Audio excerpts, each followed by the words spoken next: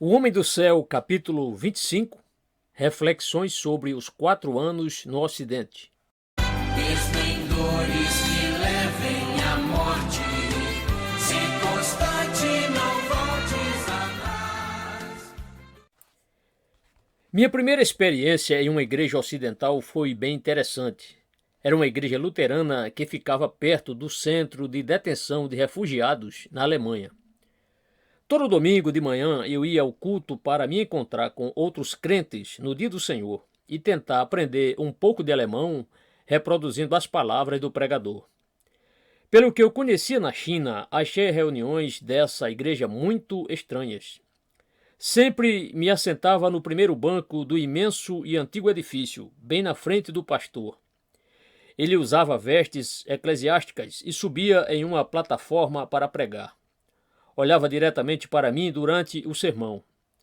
Apesar do tamanho do santuário, a congregação era formada por umas poucas senhoras de cabelos grisalhos. Tanto o pastor como as mulheres pareciam gostar de mim. Embora não fosse possível nenhuma comunicação verbal, sempre trocávamos sorrisos. Eu tinha a impressão de que o pastor achava agradável a presença de um chinês pobre e sorridente em sua igreja todos os domingos de manhã. Algum tempo depois, eu me encontrava sentado no primeiro banco de outra igreja ocidental, mas o cenário era bem diferente do que vira na igreja luterana alemã. Eu ia pregar na igreja da Times Square, em Nova York.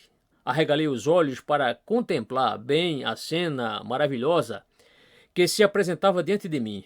Um grande coral com gente de várias etnias trajando beca balançava-se e cantava a Jesus de todo o coração.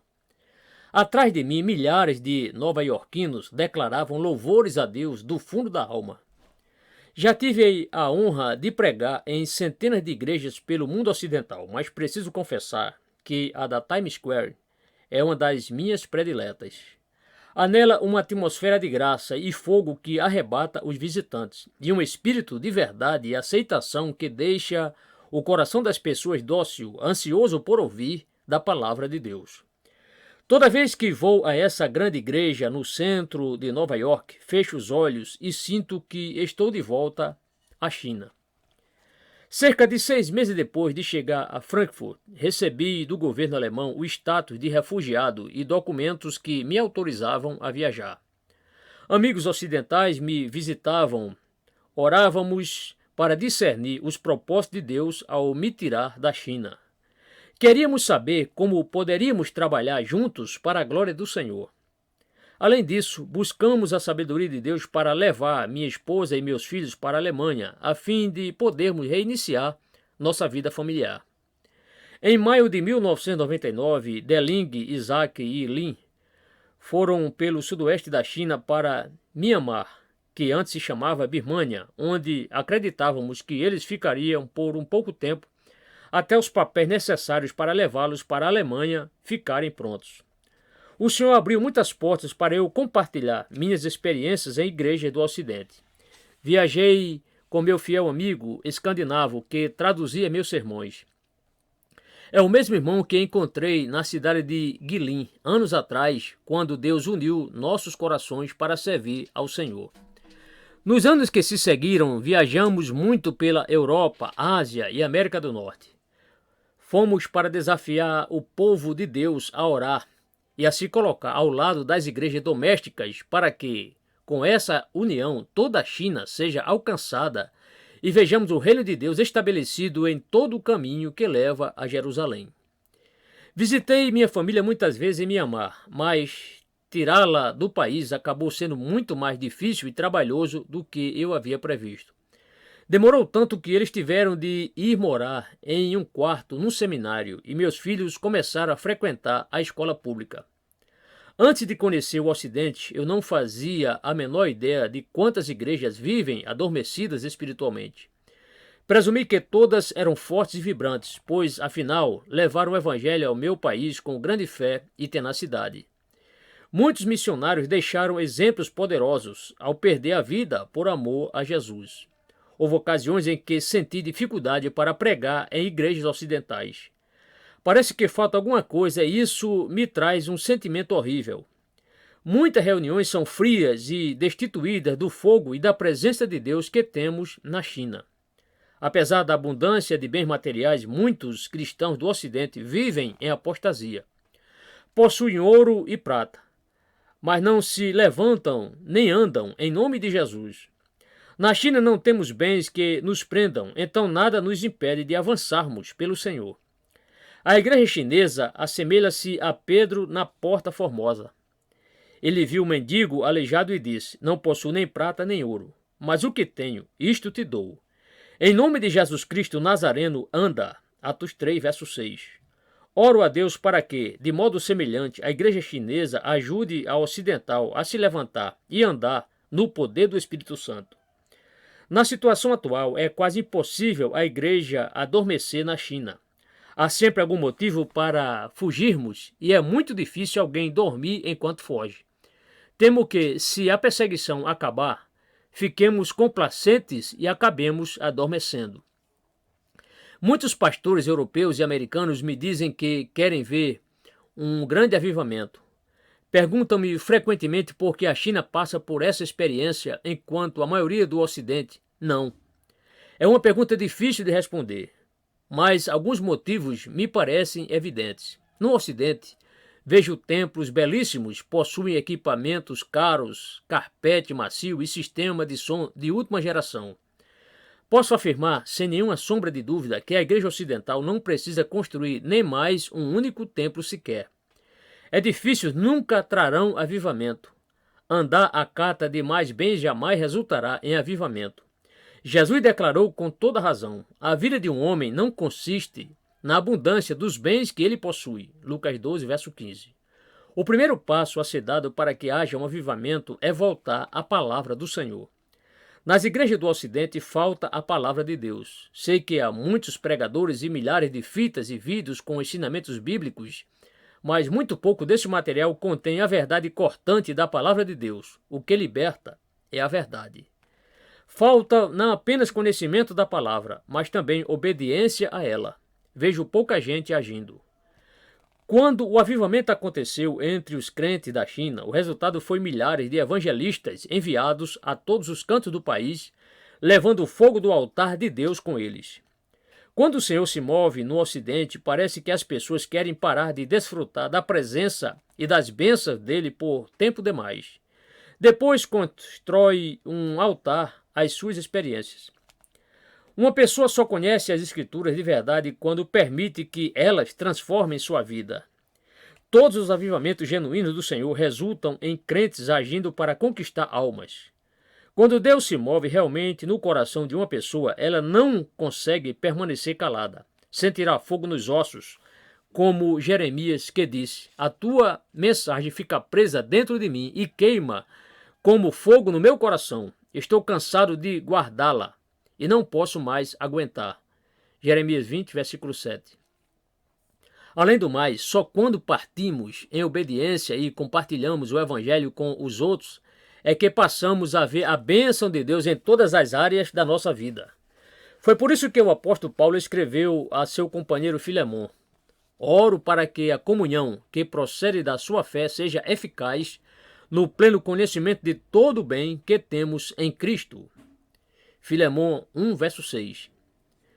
Tenho visto nas igrejas ocidentais pessoas adorando como se já estivessem no céu. Depois, invariavelmente, alguém transmite uma mensagem de consolo como: meus filhos, amo vocês. Não temam, estou com vocês. Não me oponho a essas palavras, mas parece estranho ninguém nunca ouvir a seguinte mensagem do Senhor: meu filho, quero enviá-lo às favelas da Ásia ou às regiões tenebrosas da África, para ser meu mensageiro aos que estão morrendo em pecado. Multidões de membros das igrejas ocidentais se satisfazem em dar o mínimo e não o máximo a Deus. Observei homens e mulheres durante a entrega das ofertas nas igrejas.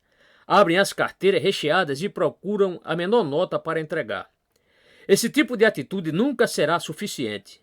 Jesus deu toda a sua vida por nós e devolvemos a Deus o mínimo possível da nossa vida, tempo e dinheiro. Isso é uma vergonha. Arrependam-se. Talvez pareça estranho, mas chego a sentir saudades das ofertas que eu dava na China. Inúmeras vezes ouvi o dirigente de uma reunião anunciar: temos um novo obreiro que vai partir amanhã para servir ao Senhor. Imediatamente todos os presentes tiravam tudo o que tinham no bolso e doavam. Com esse dinheiro, o obreiro comprava uma passagem de trem ou de ônibus e partia no dia seguinte. Frequentemente, esse dinheiro era não somente tudo o que tínhamos no bolso, mas também tudo o que possuíamos neste mundo. O fato de possuir um templo não implica necessariamente que a pessoa tem Jesus em sua vida. Para muitas igrejas hoje, ele não é bem-vindo. Em Apocalipse 3, verso 20, ele disse: eis que estou à porta e bato. Se alguém ouvir a minha voz e abrir a porta, entrarei em sua casa e cearei com ele e ele comigo. Esse versículo costuma ser usado como convite à salvação, mas o verdadeiro contexto em que Jesus fala é muito diferente. Ele está do lado de fora da igreja de Laodiceia, batendo na porta e pedindo para entrar. Claro que nem todas as igrejas ocidentais estão adormecidas. Notei um denominador comum a todas as congregações fortes que visitei: compromisso firme e sacrificial com as missões entre as nações não alcançadas. Não me refiro apenas a esforços locais, nem a tentativas de plantar igrejas em outras cidades do mesmo país. Falo de coração ardendo de desejo de estabelecer o reino de Deus nas áreas mais carentes do Evangelho e dominadas por trevas espirituais em todo o mundo, lugares em que ninguém nunca ouviu falar o nome de Jesus. Os que começarem a dedicar tempo, oração e recursos para isso, logo verão a bênção de Deus sobre o trabalho de suas mãos. A grande comissão permanece a mesma. Muitas comunidades tentam criar o céu na terra, mas enquanto não obedecerem à grande comissão e levarem o evangelho aos confins do mundo, as igrejas ocidentais estarão apenas brincando de Deus, sem seriedade diante da verdade. Muitas igrejas são lindas por fora, mas estão mortas onde é importante, no interior. Quem quiser mesmo ver o Senhor se mover precisa fazer duas coisas: conhecer a palavra de Deus e obedecer às ordens divinas. Em 1999, fui convidado para ser preletor em um congresso que reuniu cerca de 1000 líderes eclesiásticos na Finlândia. O preletor principal era um conhecido pregador norte-americano. Ele falava sempre sobre o amor e a bondade de Deus. No período de oração, todos caíam no chão e riam. Depois de pregar, mandei as pessoas se ajoelharem no chão ao pé da cruz de Jesus e elas choraram. As lágrimas sempre vêm antes do verdadeiro mover do Senhor. Ele não derrama sua bênção sobre carne impura e egoísta. A cruz tem de ser o centro de tudo. Quem fizer tudo isso verá o avivamento. Você se dispõe a entregar todo o seu ser a Deus para o serviço dele? Os que forem sábios, pois, resplandecerão como o fulgor do firmamento, e os que a muitos conduzem à justiça, como as estrelas, sempre e eternamente. Daniel 12, verso 3. Muitos cristãos me perguntam também por que acontecem tantos milagres, sinais e maravilhas na China e tão poucos no Ocidente. Os ocidentais gozam de uma boa vida, têm seguro para tudo. De certa forma, não precisam de Deus. Quando meu pai estava morrendo de câncer no estômago, vendemos tudo o que possuíamos para tentar encontrar a cura para ele. Ficamos sem nada e nossa única esperança era Deus. Voltamos-nos para ele no desespero e vimos que, em sua misericórdia, ele atendeu nossa oração e curou meu pai. Raciocinamos assim: se Deus foi capaz de fazer isso, então ele pode fazer qualquer coisa. Com isso, nossa fé cresceu e vimos muitos milagres. Na China, os maiores milagres não são as curas e outros fatos semelhantes, mas sim as vidas transformadas pelo Evangelho. Não pensamos que fomos chamados para seguir sinais e maravilhas, mas acreditamos que estes nos seguem quando pregamos o Evangelho.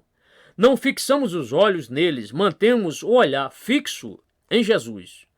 Os pastores das igrejas domésticas da China estão preparados para morrer pelo Evangelho.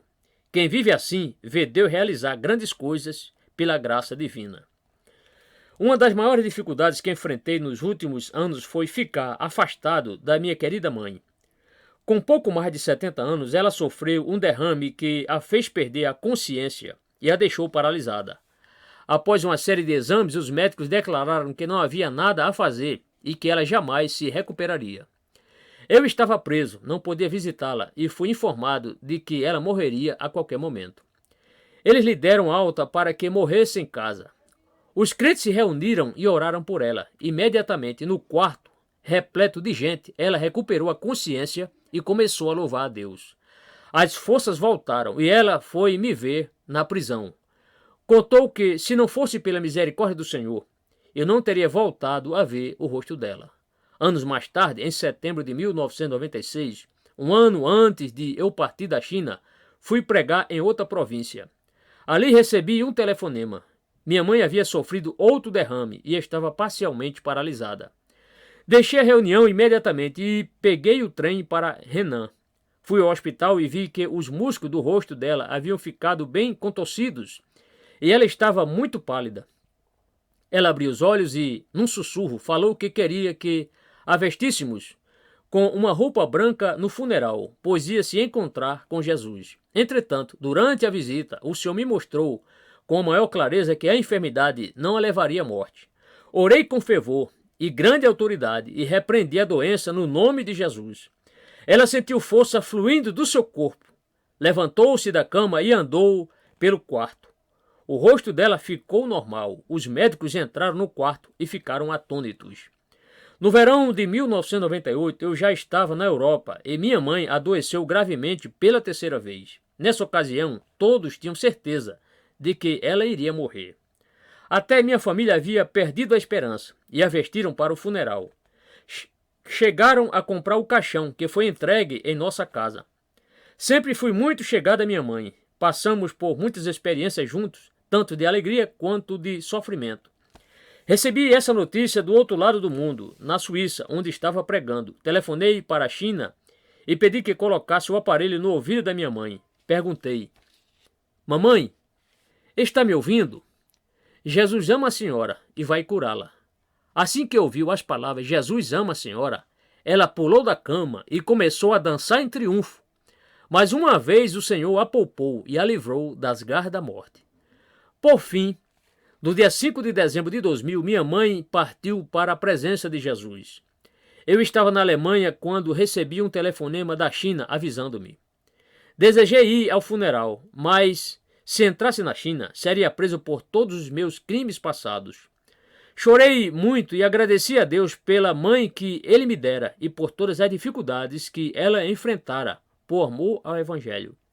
Como um barco à vela no meio da tempestade, ela foi atingida duramente nos anos de provações e tribulações, mas havia alcançado em paz o porto seguro.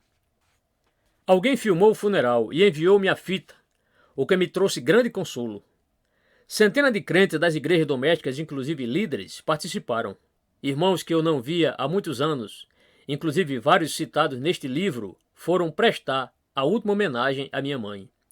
E ao enterro acarretou um grande risco para os líderes, pois as autoridades estavam à caça de muitos deles.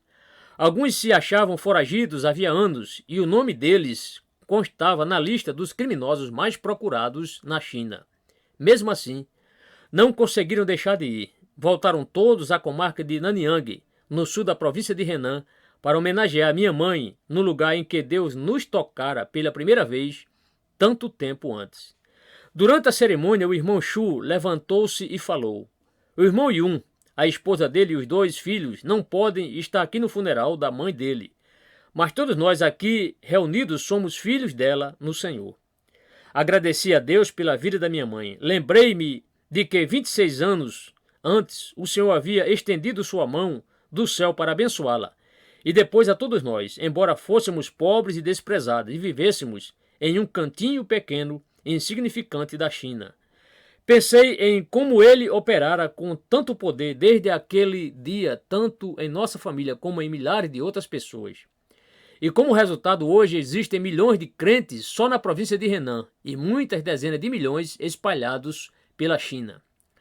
Lembro-me bem de que, quando eu ainda era adolescente, minha mãe me entregou em oração para missões mundiais.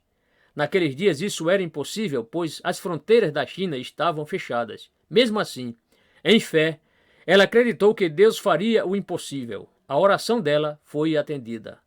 A maior tristeza que carrego é nunca ter me despedido direito da minha mãe.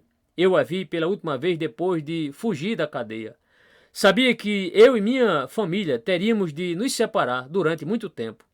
As últimas palavras que ela me dirigiu pessoalmente foram: Filho, quando você vai voltar? Quis animá-la e respondi: Logo, mamãe. Volto logo. Assim relata Deling, a esposa do irmão Yun. Quando chegamos a Mianmar, não tínhamos ideias pré-concebidas sobre o que iria acontecer. Eu sabia que Deus queria que avançássemos, então obedecemos e, se Ele quisesse que ficássemos em Mianmar, ficaríamos. Na verdade, foi um período bem agradável para mim. Desfrutava de comunhão diária com irmãos. Eu e meus filhos, finalmente, estabelecemos uma rotina em nossa vida, depois de anos, um tanto loucos, fugindo pela China.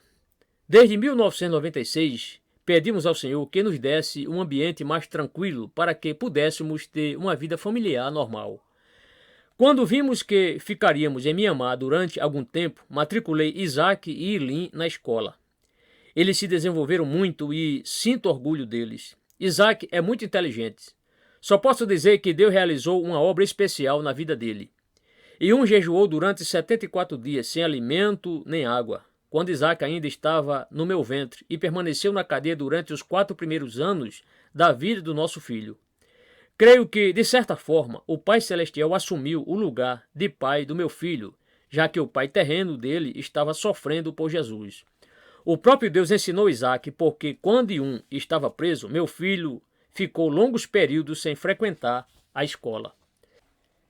Na China, colegas e professores humilhavam Isaac, e ele passou por experiências que nenhum menino da idade dele deveria ter de enfrentar. Chegou a fugir da polícia conosco. Depois foi para um país estranho, cuja língua ele desconhecia. Quando chegamos a Mianmar, Isaac e Ilin não falavam nem uma palavra sequer de birmanês, língua que não tem nenhuma semelhança com o chinês. Deus ajudou-os a aprender a língua com uma rapidez notável e menos de 1 ano e meio depois que chegamos, Isaac já era um dos melhores alunos da sua escola. Recebeu até uma menção honrosa. Com isso, publicaram o nome dele no jornal, o que nos deixou preocupados. Não era nem para estarmos no país e, portanto, tentávamos permanecer incógnitos. Depois de tudo que passou, é espantoso ver que Isaac não apenas é um garoto normal, mas ainda por cima fala mandarim, yunanese, lisu, lingpu, línguas de grupos minoritários da China, birmanês e alemão. Ele é inteligente assim porque o professor dele foi o próprio Deus, que atendeu nossos pedidos desesperados de ajuda. Ele ama o Senhor de todo o coração. Em sua formatura no seminário, ele se levantou e anunciou: Consagro-me para servir a Deus pelo resto da minha vida. Ilin é um presente especial de Deus. O coração dela é sensível ao Senhor, mas ela possui uma personalidade forte e ardente. O maior desejo dela é servir a Jesus. Sente compaixão pelos outros e está disposta a defender a verdade sem jamais se dobrar. Eu e Yun temos sido tremendamente abençoados pelos filhos que Deus nos concedeu.